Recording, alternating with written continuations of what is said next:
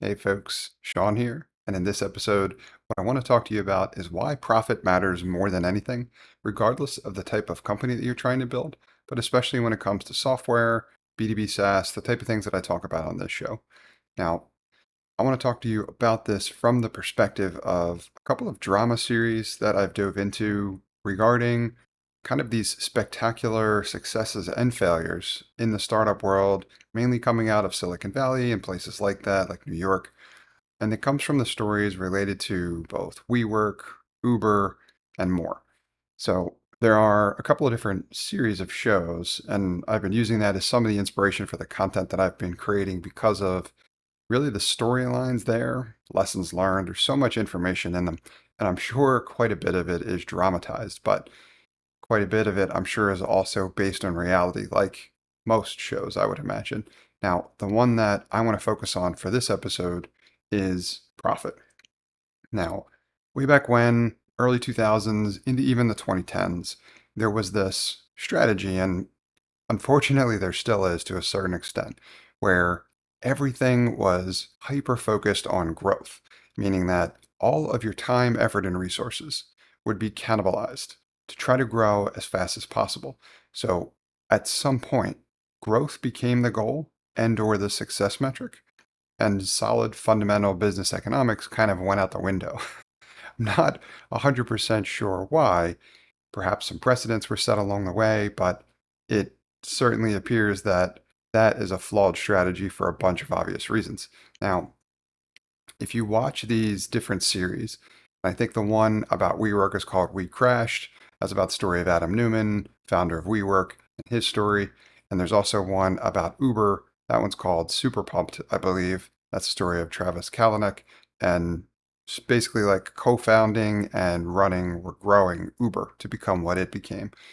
And there's the whole thing is messy from start to finish. So it's probably pretty entertaining. I'm sure you would get a kick out of it if you consume either one or both. And I think there's a lot to be learned from them. So I'd encourage you to watch them.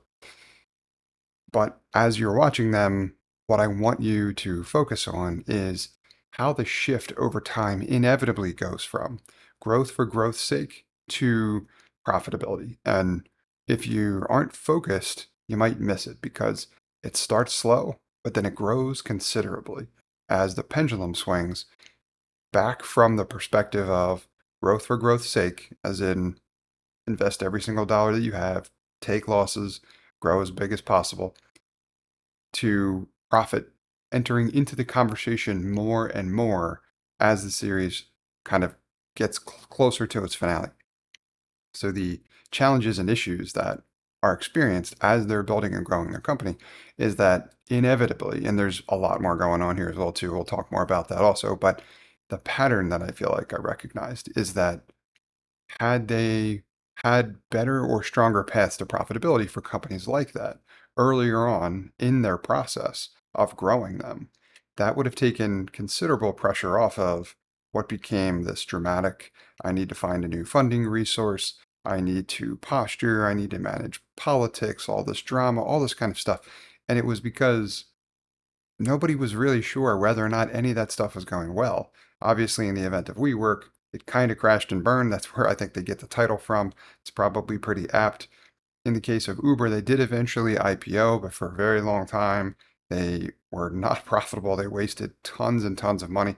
It's still out there, but ultimately that kind of stuff started to become subsidized. So there was a heavy bet on things like driverless cars, which obviously haven't really been rolled out for that business even to date. So these grandiose visions that these founders have for the world, right? I get it. Innovation, change, all that kind of good stuff.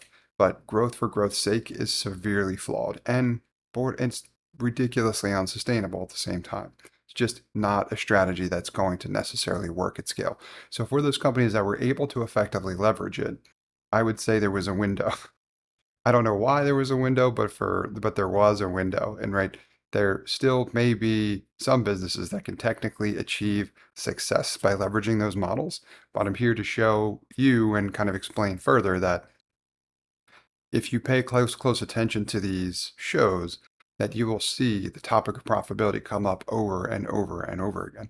And you will see some of the twinkle in the eyes of those founders start to fade a little bit as they start to wonder, have I actually created a self-sustaining something that a business that has the potential to eventually be self-sustaining, or have I not? In the case of WeWork, it was found that they definitely did not. Everyone in that process essentially took a bath, with the exception somehow of Adam Newman, based on the deals that he worked out. So there's a whole side story to that as well too, which we could talk more about as well. But the key that I want you to focus on here is that if you're focused on profitability, regardless of the size, scale, level, tenure, how long you've been working on your project, as soon as possible, achieving profitability is critically important. And the sooner you do that, the more you remain in the driver's seat, the more that you remain in control, the more that you remain largest percentage owner of your business, if not 100% owner of your business, which means that when inevitably, and you'll see this in these stories, I mean, this isn't like well known, I'm not giving away any spoilers here. Both Adam Newman and Travis Kalanick were eventually tossed out of their companies by their board. That's something that won't happen to you either. So there are countless opportunities and advantages for ensuring that you build a properly profitable business.